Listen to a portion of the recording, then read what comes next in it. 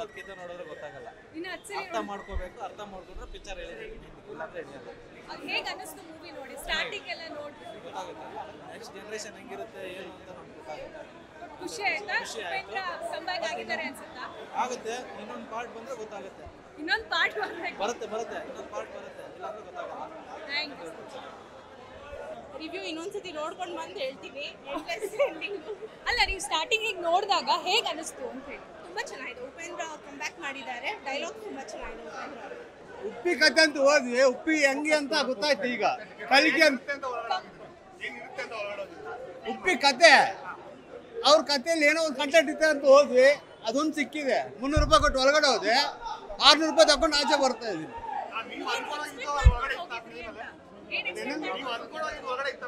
ಆಯ್ತು, ಈ ಸಮಾಜ ಹೆಂಗಿದೆ ಅಂತಿತ್ತು, ಅದೇ ತರ ತೋರಿಸಿದ್ದಾರೆ. ನಾವ್ ಹೆಂಗೆ ಸೂಪರ್, ದಟ್ ಈಸ್ ಉಪ್ಪಿ.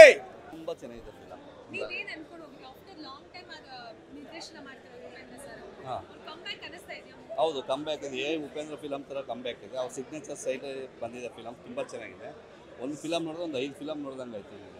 ಅಷ್ಟು ಫಿಲಮು ಒಂದೊಂದು ನಾರ್ಮಲ್ ಸ್ಟೋರಿನ ಇವಾಗ ಸ್ವಲ್ಪ ಮಾಮೂಲಿ ಬರ್ತಾ ಇದೆಯಲ್ಲ, ಈ KGF, ಕಾಂತಾರ ಥರ ಬರ್ತಿದೆ. ಆ ಥರ ದೊಡ್ಡದಾಗಿದೆ ಅಂತ ಬಂದು ಆ ಥರ ಏನಿಲ್ಲ. ನಮ್ಮೊಳಗೆ ನಮ್ಮನ್ನೇ ನೋಡ್ಕೊಳ್ಳೋ ರೀತಿ ಮೈಂಡಿಗೆ ಭಾಳ ಕೆಲಸ ಇದೆ. ತುಂಬ ಚೆನ್ನಾಗಿದೆ ಫಿಲಮ್. ಇನ್ನೊಂದ್ಸಲಿ ನೋಡ್ತೀರಾ ಮೂವಿ? ನೋಡ್ಬೇಕು ಬೆಳಿಗ್ಗೆ 6:30 ಹೋಗ್ಬಿಟ್ಟು ಮತ್ತೆ 10:00 ಇಲ್ಲಿ ಬಂದಿತ್ತು.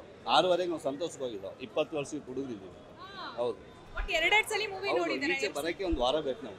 2 ಸಲ ನೋಡಿದ್ದೀರಾ? ಹೇಗೆ ಅರ್ಥ ಆಯ್ತು? ಒಂದೊಂದು ಆಂಗಲ್ ಏನಾದ್ರು ಬೇರೆ ಬೇರೆ ಥರ ಇತ್ತು ಅಂತ? ಫಸ್ಟು ನೋಡಿದಾಗ ನಾರ್ಮಲ್ ಫಿಲಮ್ ಥರ ಆಯಿತು. 2ನೇ ಸಲ ಹೋಗಿ ನೋಡ್ಬೇಕಾದ್ರೆ ನಮಗೆ ಮೈಂಡಿಗೆ ಭಾಳ ಕೆಲಸ ಪಟ್ಟು ಒಂದೊಂದು ಪಾಯಿಂಟ್ನು ಭಾಳ ಯೋಚನೆ ಮಾಡೋ ಥರ ಇತ್ತು.